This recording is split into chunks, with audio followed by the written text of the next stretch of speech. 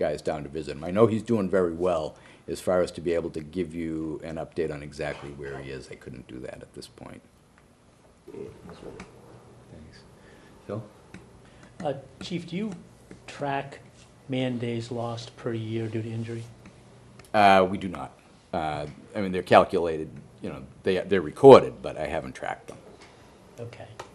Are they recorded in software somewhere so that they could be, Yes. you could find them? I believe so. Yeah, they're, Excel spreadsheets, is that what you used? No, we use Firehouse software, so they would be on those. It'd be a matter of extracting the information. Could you see if it could be done? And we I'm could sure get- it can be done, We could yeah. get like a 5 or 6 year history of number of days lost per year to injury? Mhm. And do you keep, you must, because I think you used to report it in the annual report, fire response statistics for Yes. each year Yeah. by type? There again, yeah. Do you break those out by type or not? They're by the emperors, type. So again, I question how useful each one is, but Well, should be able to track how many fires you went to, right? yeah, but there's different level. Say, trying to think of something. And it would keep false alarms would be separate. Yes, Right. yeah, but there again, if you have, East Milton Square a couple of years ago, house midday, a lot of people are gonna remember that one. But if you have a faulty toaster oven that runs up your wall, catches your cabinets on fire, and we get in there and, hit it with a single line, and, there's scorch marks that are, you don't even have to take your cabinets out, you can clean it up. Right. That's a I stru- realize that that's it's a not going to structure tell you fire. how severe the fire was. Exactly, but does it have the numbers? Yes. But I'd like to see, Mhm. last 5, 6 years of number of fires in town. Yeah, that I can definitely pull up, and like I say, we'll have to look into it a little further, but I'm sure I can pull the injury stuff out of it as Great. well. Okay. Now, the one final question. Do you ever go below the minimum manning level on a rotating basis to save yourself overtime? Only if I can't get funded on my reserve fund transfer. Have you been doing that? No. Because it was done in the past under, It was done for 2 years. I don't know whether they were the last 2, but toward the end of Chief Larson's time, it was done on a couple of occasions. And, there's 3 stations and 3 engines in this town for a reason. So it's not something you want to do. If we absolutely have to do it, we have to do it. At one of those times when that station was closed, there was a fire in this town that, the nearest piece of apparatus that responded due to other responses taking place at the same time was the ladder truck, and realistically had to sit in the street and not provide fuel to the fire by opening the door, and, so basically had to sit outside and watch it burn for a while. And, substantial damage was caused because of it on a fire that really wasn't that big. So, like I say, it may become a necessary evil if there's not enough money in the town to do it, but it's really not someplace you want to go. Lee Michael. Back to the overtime question, since it is a big increase in the budget. If somebody is out on leave, you need to replace that position with an overtime position, right? There again, that's on a day-to-day, manpower situation. Some days yes, some days no. If yes, the Yeah. overtime pays double? The overtime is time and a half. Time and a half? Yeah. Okay, so I'm wondering, is there a maximum amount of time that you pay essentially 2.5 times for, to fill one position where, to keep staffing whole? Because if you have somebody out, they're getting their regular pay, right? They are getting their regular pay, yes. And then to backfill that position, you have 1.5 times salary. Uh-huh. So is there a maximum time before you can fill it at a regular salary? How does that work within the? No, there is not. No, by state law, if they're uninjured, it can get to the point where, that if you feel somebody's no longer capable of returning to work because of the conditions, you can challenge that, and, it's involuntary retirement. Right. It's it's an arduous process, and to be perfectly honest, I haven't come across it yet in my time. Along these lines of trying to be a diligent warrant committee member without really intimately knowing your budget, I'm just wondering about the relationship between taking the appropriate number of personal days and sick days so that you feel well for your job, and then, you know, getting injured or whatever and going out on leave, and how that might contribute to the overtime budget. And I'm wondering if you've looked at Milton's budget compared to other towns and benchmarks for where we are in terms of overtime and injury. Yeah, we just did that a year or so ago, and well, it's not in relation to injury, or because you really can't pick out why other places are using overtime. But I picked, I want to say that it came in at right at 10 towns. I picked the towns in the metro area that were within 10 people above us to 10 people below us personnel-wise, and we were the 7th cheapest out of the 10. So as much as we're spending, we're doing pretty well. Thank you. Well, on your question again, when you call people in, someone, and you are below minimum staffing or at, and you have to call somebody in, and they are at a certain level, and so you're calling somebody in at that same level of pay, or is there a protocol to that, or can you call in anybody you want? To Cover? well, in reality, other than a couple of initial steps when you come on, Yeah, everybody at the firefighter level is the same rate of pay. You know, there's no, say, you're an engine operator or, you know, someone riding on the back step. There's no engineer's pay, there's nothing. So the firefighters are basically all at the same level once they're at top step. And the same goes for the other positions. We've got 3 grades on the department, well, 4 counting myself. We've got the firefighter grade, next step up is a lieutenant. We've currently got 13 lieutenants. Like I say, base pay, they're all at the same. 4 deputy chiefs, all at the same base pay. So, yes, there would be hired at the same rate of pay.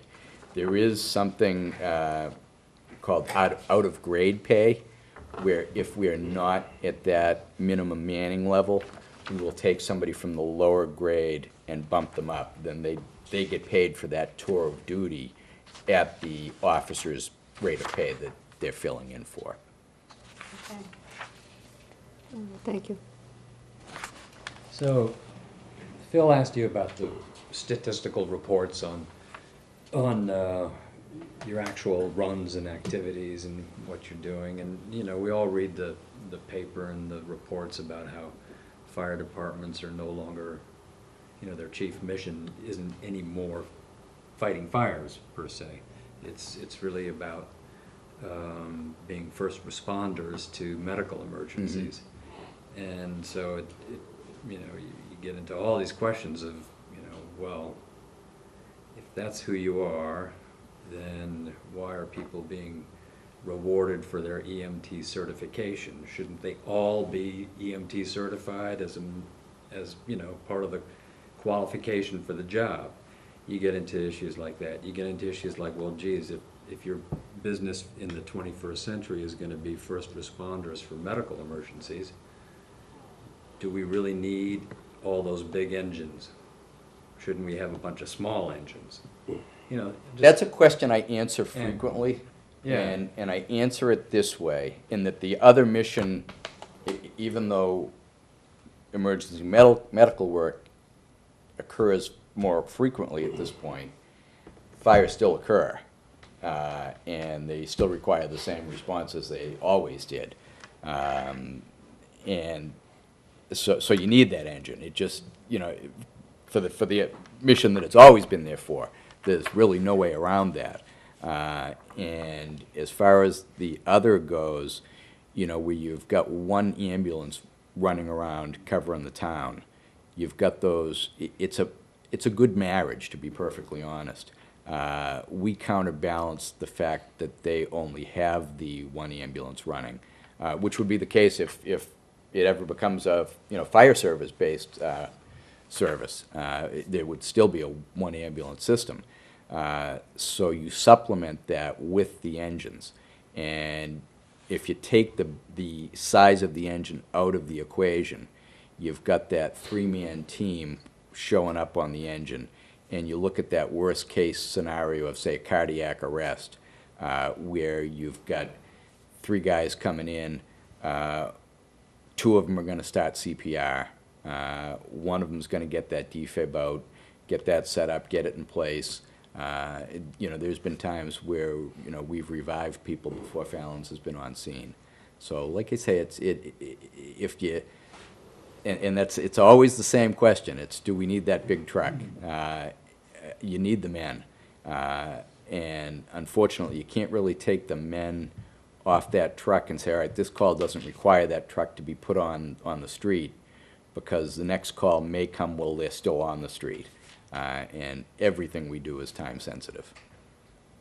So the engine is kind of multi-purpose then? The engine's Right, multi-purpose, and absolutely. so, in other Yep. words, if you don't, you're not gonna say, well, this time take the small Exactly. paramedic truck, but, Yep. so it's actually sort of cost effective, because It's also, very cost it's also effective, for yeah. the fact that, as you just said, that one time where you need the engine and you're responding to a call Mhm. and you don't have it, you're kind of screwed. Yeah, and it happens, I won't say it happens every day, but it Right. happens, say a couple of dozen times a year, where you're gonna go from one incident to another that aren't just false alarm calls. You're gonna go, say, from a motor vehicle accident on the highway around to a structure fire up on Brush Hill Road. Right.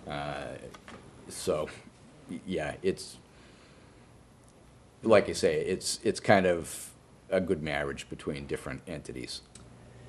So when a call goes in for a medical emergency,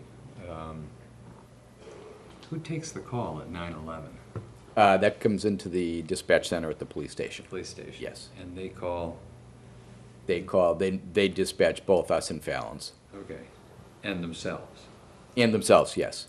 Why do they dispatch themselves on a medical emergency?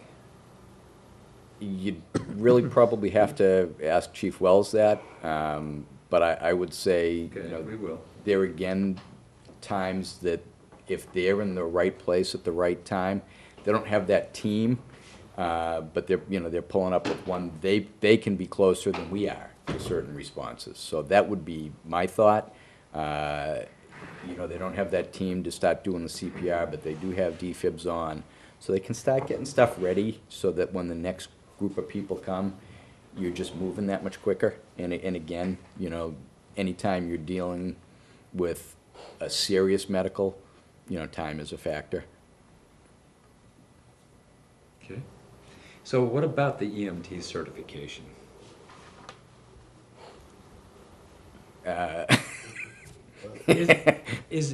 Are not all firefighters EMT certified? On the Milton Fire Department, no. No. It's not a contractual requirement. At this point in time, I believe, because we are in negotiations, we've talked about this number, I believe it's 41 at this point in time.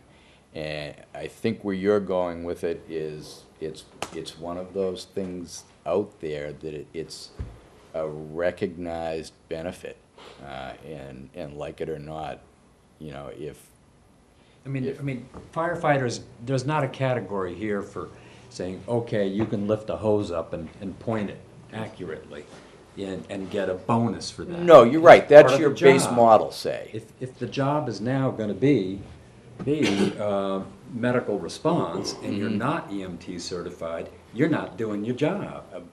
Right, but there's a value to that skill that's out there and accepted on all the levels.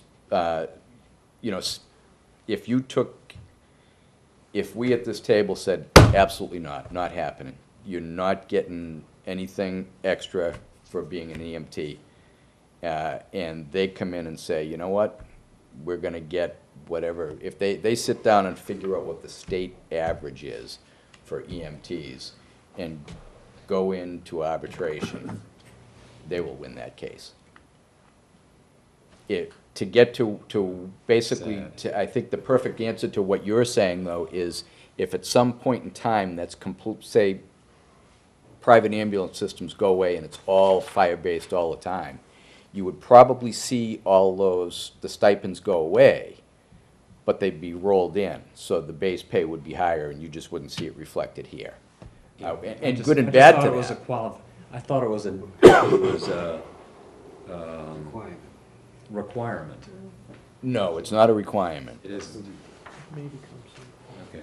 Darnell? No, I was just saying, as long as it's not a requirement on your job description, it's something extra.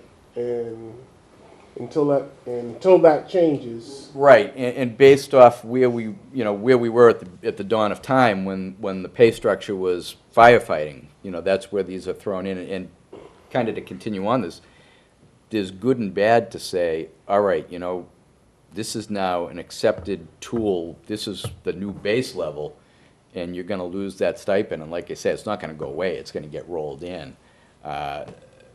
And I know you guys hate looking at these things, but if we go through year to year, a lot of those fringe benefits don't get touched. If they get rolled in and you get a 2% raise, they're going up each and every time. So, as much as you hate seeing them there are little bits of benefits as money savings to having them there.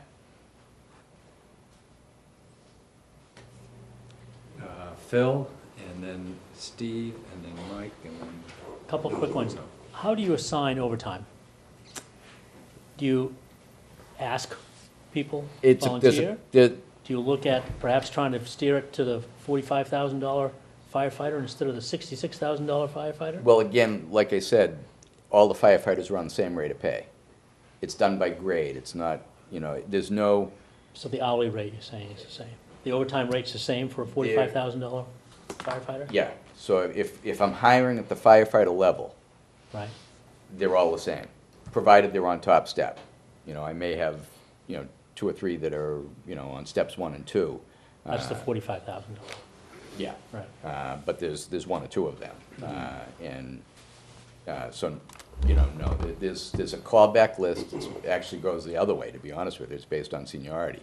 But it doesn't start there each and every time. It's distributed equally. Whether you take the call or not is up to you. But if they've got an overtime shift that needs to be filled today, they're gonna go to their list and they hire off a certain section each day. So they'll take that list, and whoever's on top that hasn't been called gets a call. He either takes the call and accepts it, in which point he gets a check that he did take it, takes the call and declines it, he gets an X, or misses the call, in which case he also gets an X, and then it moves to the next guy. So you're distributing it equally? It gets distributed among the people. equally. Yeah, for the grade. Like I say, if we're hiring at a lieutenant's rate of pay, Right. I don't have the option to go into the firefighter's rate and say, hey, this guy's cheaper, I'm gonna change the shirt color of, that he's wearing today and put him in the front seat. It doesn't work that way. Okay. Hypothetical question, so I can understand how you assign people and how your staffing works. If you were to come back to us and say that you've done the analysis of the number of man days lost per year, and I'm sure it's not going to be this much, but if you were to come back and say it's 365 man days per year lost to injury, would it make sense for you to hire an additional level 1 firefighter? And is there a way for you to structure what you do so that that person would be available for most of the overtime needs as they come up? Probably, yes. I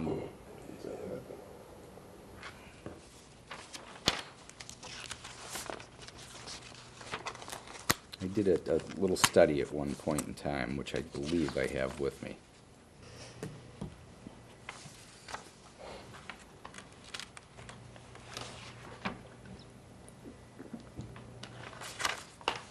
Basically, while I'm looking for it, I broke it down to, by NFPA standards, actually, you know what, I know the figures within reason. By NFPA standards, we should be running right around an 80-man department. There should be 4 people on each engine, actually 4 people on each per piece of apparatus. So like I said, puts us right around that 80 figure. To put ourselves up to that level is going to cost us right around $750,000. The next logical step for us would be, say, we can't afford to do that, and to large extent, with the population and the residences that we have here, I won't say it's a perfect scenario, but we're getting the job done, running with 3 people on the engine for the most part. Where we're short is on the ladder. So if we were to say, all right, we recognize the fact that you guys are understaffed, let's make a change. The next logical thing would be to man the ladder truck with a proper crew, because we're, like you say, we're running on with 1 guy for the most part on that. To do that, we would have to up the minimum manning to 12. We would really have to put 15 on a group right now, and the cost for that, just salary, not benefits, puts you up to $250,000. So you'd really have to do a true cost analysis of, is it cheaper to pay that guy overtime because you're not bringing X amount of people on to try to lower that. So in other words, you need that 1 person for each of the shifts. You'd need that to increase your numbers Right. across the board. 1 position equals 4. To change, to go from 14 to 15 is 4 people, not 1 person. Okay. Thanks. So, when someone is paid overtime, that's on their base salary? That is on their 1.5 base on their salary, base yes. salary. Yep. When they're not being paid overtime and they're being just paid, it's their base salary, but it could be plus all these other things. Night differential, out of grade. Well, those don't go into your weekly pay. Those are, those are paid out over the course of the year, like night Over the course of the year. Yeah, night differential comes in a lump sum. I forget, But if since you- I don't get it, I forget when it comes. Education, all these things. So if you hire a new firefighter at $66,000 a year, Mhm. but then he qualifies for all these things, his cost is, plus health benefits. Right. He's gonna be up there at $100,000 like that, and that's what you're paying in time and a half for overtime, for the same amount of hours. So that's a hard calculation to make, I think. I agree with you. So tell me about night differential in education, Lou. Night What is dif- night differential? night differential is, and I believe I just looked at this as well, it's a stipend that they get for working nights. It's $55 a week currently, Doesn't everybody work nights? but he works nights. So what's the differential? I can't answer that for you. So this is just extra pay? Yeah, Okay. but there again, the reason I can't answer how it came about is it's existed long before me, so That goes way back. it goes way back, yeah, Decades. as most of these things do. Okay. You're right, it's, in comparison to the police, all our people work nights, so, yeah, like I say, where the birth of it is, I don't know. Okay. Steve? Jack, I was wondering if you could describe a little the interrelationship between education, training, and then EMT certification. Is the education sort of like the Quinn bill was? Similar, yeah, the pay is different. It's actually far less than the Quinn bill is. But yes, it's for class work that's done outside of the department. And is it fire service related? It's fire service related, Classroom yes, work? yeah. Okay. So can you get that for like a degree or? You get that, I haven't looked at the language in a while. I believe you start getting it at an associate's, and a little bit different than the Quinn bill, that I believe the Quinn bill only changes at the different degree levels. Once these guys qualify, say they've taken 6 credits during the course of that calendar year, their stipend will go up by those 6 credits. Is there any state reimbursement on this? Is There that is gone no now state, too? it never existed. Okay. And then training, that's all of the firefighters get training irrespective if they're doing college work and other stuff too? Or? Training, if you look at that training budget, I believe currently we sit at 25 and we're looking to go to 35, so that doesn't get us too far. What I've set, But what Maybe kind you of could thing clear do this they up for me. Who's getting paid the $25,000? that's where I'm going. Person who's doing the training or the person who's receiving? A the little bit of training? both.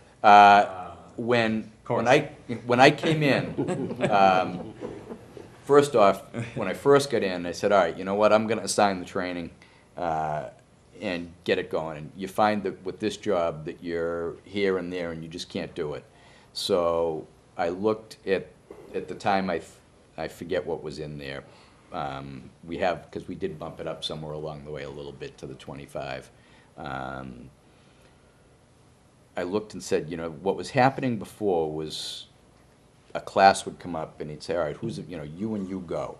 And what was happening was you'd have, say, 2 to 4 individuals go out and take a class. There was no mechanism to bring that training back to the department. So I took and set that training officer up as the way it currently sits is he works on a regular group. So I kind of went through a bunch of exercises and said, all right, he's going to have to be out to the fire academy to take, you know, this many trainings himself to be able to come back. He's going to go to the off-duty groups, or the groups that he's not on his own time, X amount of times per year. He'll be training his own group X amount of time per year, and came up with a calculation that was somewhere around $11,000. That's not going to work. That's going to encroach on, I set it at a lieutenant's level, so there'd be some level of authority at the instructor's level as well. That was encroaching too closely on the deputy's pay, and that would cause issues. So what I did was I set the stipend halfway between a lieutenant and a deputy. In effect, you're paying the training officer at a captain's rate of pay. And like I say, he covers those on his own time at this point in time. So between 9 and this 10. is a stipend for doing the job? This is currently, well, he's doing an additional job. This is not. Additional job? Yes, this is a job that's created. It's not, if he's a shift lieutenant, he's not doing any of this work other than, you know, possibly conducting, you know, a small in-house training on his own group, on his own engine company, which is what we want to avoid. Because what existed back then was, you know, Group 1 might say, you know what, we're going to train on motor vehicle extrication this week. And Group 2 might say, well, you know, we're doing ladders, and there's no coordination, there's no quality to the training. So, you know, this was a big step forward for us to do it in this fashion. So like I say, it's currently set at that 9,000, so 9 to 10,000, somewhere in there.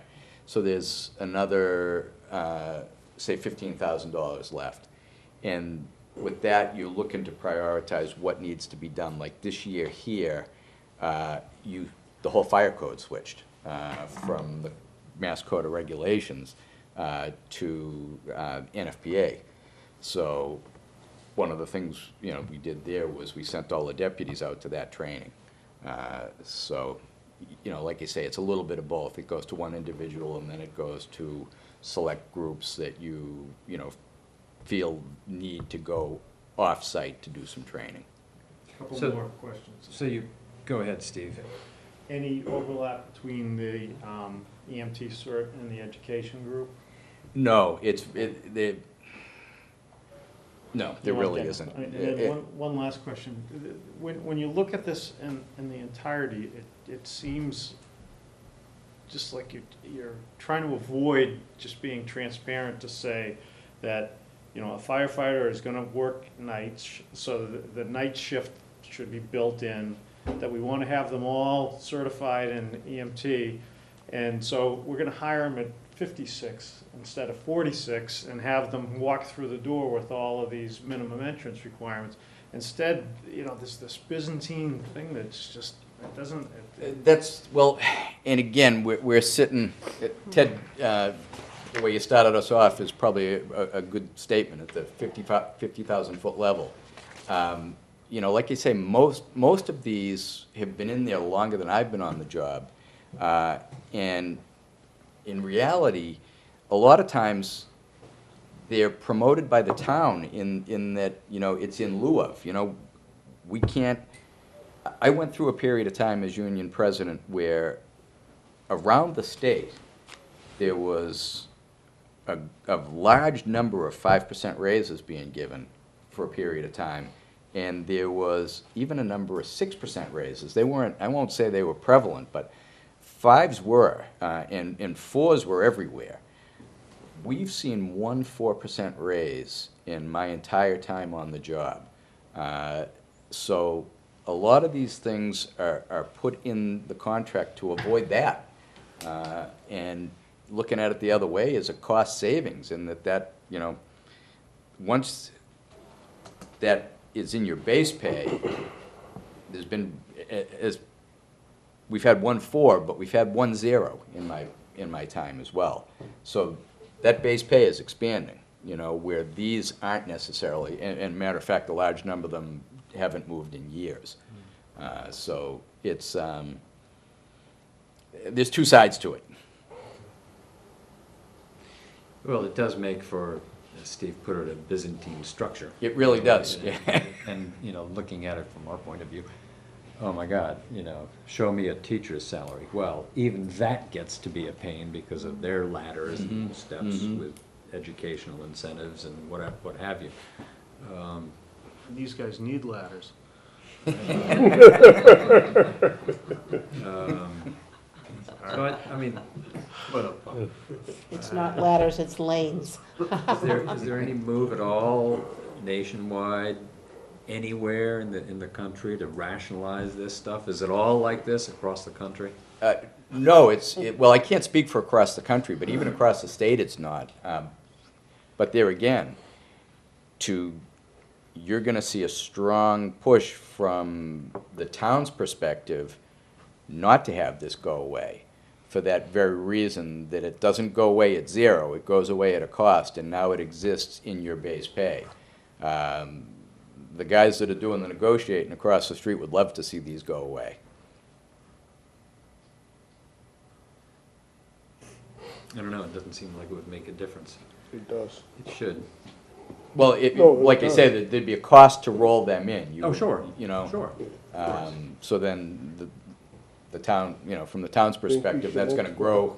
And it's And true. it is. I mean, if you have a firefighter level and a lieutenant level and a chief level, basically, then these things allow a little differentiation in between those levels, incentive to move on and move up. So Well, some of them. I will say most of these exist at all levels.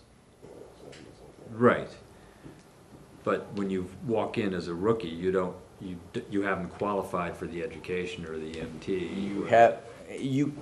No, you haven't. But you can qualify for the education in fairly short order if you're coming on the job with a degree in hand. Because you can matriculate that stuff into a fire science program and come out with a bachelor associate's degree, I should say, in fire science in fairly short order. So DFib and hazmat and EMT can all be acquired pretty quickly? DFib and hazmat, are obtained, just through regular training.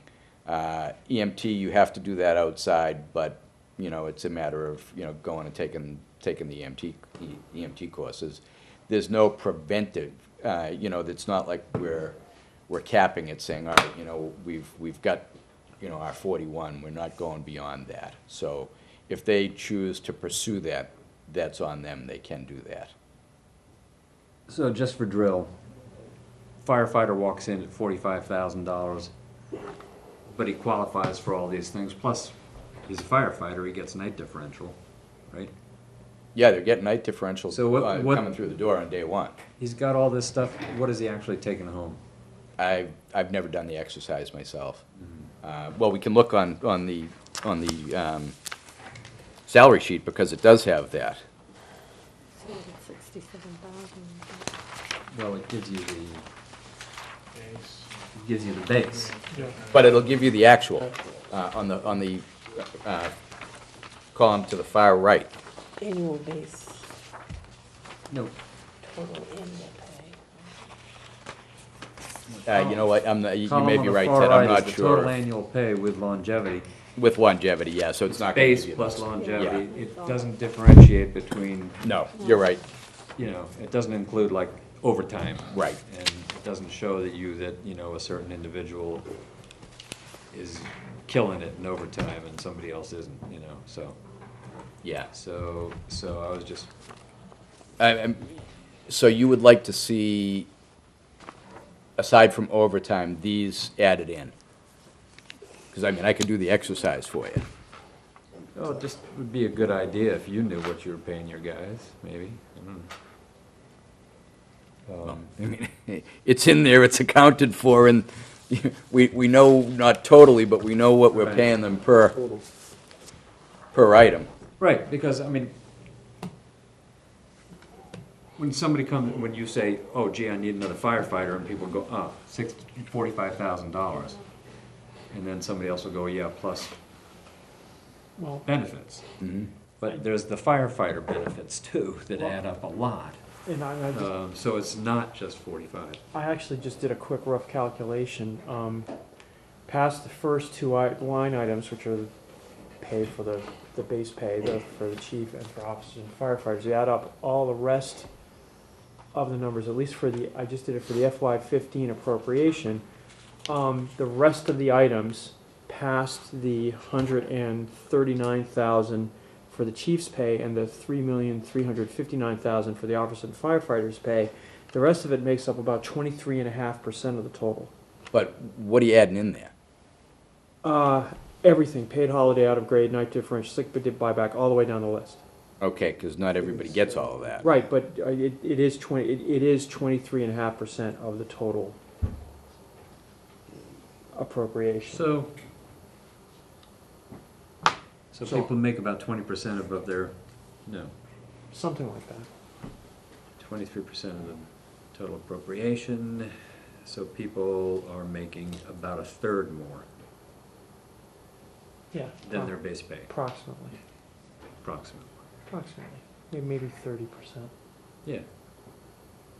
That's good to know. Yeah, 67. On average, and it's like you said, Chief Grant, it's not evenly distributed, goes, Well, there again, some of it is evenly distributed, and some of it isn't. Yes, yes. Oh, man, we beat this thing to death yet? Yeah. It's up to you guys. So, I don't, I'm glad to hear it this year, because nobody ever went into detail in the last couple of years. I guess we had other things to ask you about instead. So thank you, but yeah, I think we can move on from compensation. I just had this question from way back. So there's 55 firefighters, roughly? There's 56, yes. 56, and 41 of them have the EMT certification? 41 have EMT, yes. So is there ever a case where you have trouble doing an EMT run because you don't have enough people with EMT certification around? Or is 80% coverage good enough that pretty much all these? They're gonna Yeah, we're covered Never pretty, has. yeah, we're covered pretty well across the board, that, yeah, we've got one or two in each company, basically at all times. So then we probably want to encourage you not to roll this all together and say it's part of the job, because we're getting a benefit from the 15 people who haven't got the certification, which is, right, it's not impacting your ability to deliver the service. Not in You its get a current benefit on form. overtime too, Not in its because now current you don't form. get, that's not part of the base and considered an overtime. Well, Yeah, that's the crew that's gonna show up at my door, you know. Sorry, no EMT certification. You got a bunch of nasty Oh, you're the guy. They I was take afraid your of- name. Yeah, I got my Yeah. name, like, where's the Gotcha. ambulance? The house is burning down. Some really bad odds. It's only 20 people watching. Well, Jack, I appreciate your coming in and staying late. Oh, not a problem. Thank you for having me. If you can follow up on that prioritized equipment list. Yes, that would be absolutely. great. I'll take care of that for you tomorrow. In the history of man days lost to injury Mhm. and fire response statistics by type, correct, Phil? That's great. The injury one might take a little longer. Okay. In that I'm gonna have to speak to the tech guys to dig that out. But the other two I can have for you tomorrow. Okay, thanks. Okay. You wanted 5 years on that. Yeah.